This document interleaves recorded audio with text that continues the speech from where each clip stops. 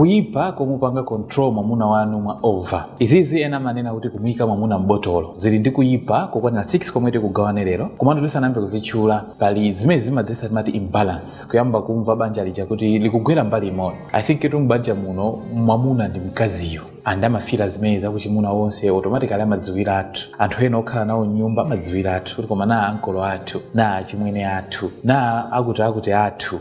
Mkazi wawo tunda amene amapanga ziganizo. Kuwapangitsa unena kuti iwo wasamati kupanga chiganizo china chilichonse. Kumachita kuwaona amantha amamuopa mkazi wawo. So zimadzesa tension pabanja pamakhala tense komanso resentment. Munthu ukazindikira zimenezi kuti mkazi wanga ndi zimene amandipangira ine. Zimadzesa iweyo kuyamba kumaziganizira zoyipa mwa iweyo osakhalanso ndi mtendere wina uliwonse. Tiyambe ndi kuipa kwa number 1, it kills sense of responsibility. Inu ngati mmampanga zimenezo mwamuna wanu kuti china chilichonse chiganizo china chilichonse chidutseka through inu or inu kumachita kumpanga dictate kena kali konse kamene akuyenera achite ngati mwamuna iyeyo ndikuluza mphamvu yolamula ngati mutu wa banja. Zimadzesa unena kuti responsibility yake yaiti kukhala ndi kaudindo mwa iyeyo zimuchokere. So amafira unena kuti ali controlled pa decision ina iliyonse yoti apange mbanjamu. And zimene zimampangisa mwamuna uja kuti asiye kutenga initiative. And zimampangisa unena kuti aluze drive, asakhalenso ndi mphamvu to provide kuti apange provide pabanja apo even kuteteza banjalo komanso kulamulira banjalo. Zinthu zitatu zomwe zizofunikira kwambiri kwa mwamuna amene ali pabanja amene amazitchula kuti ni mutu wa banja. He has to provide komanso akuyenera apange protect komanso akuyenera atsogolere banja lake. So ngati izizi zachokapo ndiye kuti banja lanu limakhala lowera kuphompho. Chinthu choyipa chimene chiti cha number 2 ndi it destroys respect. Inu ngati mmampanga control mwa over mwamuna wanu kumulowetsa botolo mwamuna wanu zimapangitsa unena kuti ulemu pakati panu uchokepo. Chifukwa timati respect in marriage goes both ways. Ulemu umayeneka ubwere through wina aliyense. Mwamuna apereke ulemu kwa mkazi wake, mkaziso apereke ulemu kwa mwamuna wake. Nde inu ngati mukumpanga control kwambiri mwa over munja zimapangitsa unena kuti mwamuna akutanthauzireni unena kuti simmamulemekeza. Antinaneka ale kuti zikafika pamenepa mwamuna amaona automatically kuti ndiye kuti mkazi wake samandikonda. So if wife dictates and monitors everything, mwamuna amafira disrespected, komanso amafira kudereredwa, komanso amafira unena kuti akupangidwa treat ngati mwana. Kuipa kwa number 3, it creates emotional distance. Inu ngati mwamuna wanu mukupanga control mwa over kuti iyeyo so sakutha kupanga kena kali konse mbanja monje, sakutha kupuma, right? Cannot be able to breathe. Zimapangisa unena kuti pakhale emotional distance. And tikati emotional distance tifanira kuti mwamuna uja akufira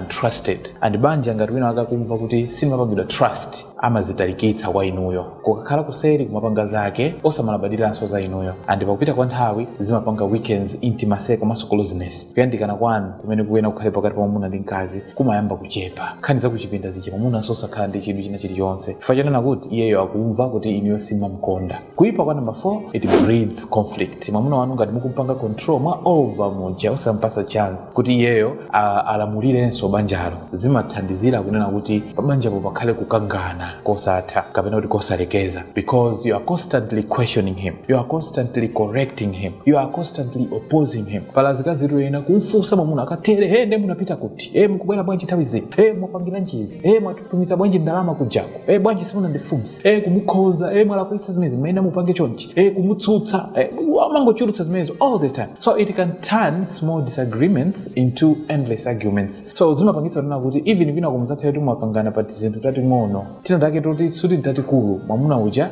achitenge ngati chinthu icho ndiye chikulu. And zimene zimapangitsa nena kuti pabanja panu paja pasakhale mtendere wina uliwonse. Tiloweko kuipa kwa number 5, it weakens attraction. Inu ngati mmampanga control mwamuna wanu uja kwambiri mwa over muja zimapangitsa nena kuti azimuna amene amakhala naturally kuasirira azikazi awo amene amakhulupirira komanso amene amaasirira azikazi amene amapasa space to lead. Chifukwa kuti niyo simukugwera mmene zimapangisa mwamuna uja kuti asiye kukusirira ninso, azikuona ngati nkhalamo mukamabwera. So over controlling can make him withdraw affection or seek appreciation elsewhere. Izizi zomwe zimapangisa azimuna kuti azikaona azikazi ena, komanso ndi zimene zimapangisa azimuna aji kunena kuti apange withdraw emotionally, azitulutsemo m'banjamo. Kuipa kwa number 6, it prevents growth as a couple. Inu kupanga control mwamuna wanu mwa over kumapangisa kunena kuti mukanike kukula ngati banja, chifukwa banja lijatu ndi teamwork. pamafunika effort yochokera kwa mkazi komanso kwa mwamuna, and zizi zikamachitika zimakhala nayo teamwork ichayo palibe. So if only one controls, others doesn't get a chance to contribute equally. Inuyo ngati mukupanga over control or munthu mmodzi ngati ndi amene akulamula mbanja muti, zimapangitsa kuti azimva kuti I think ineyo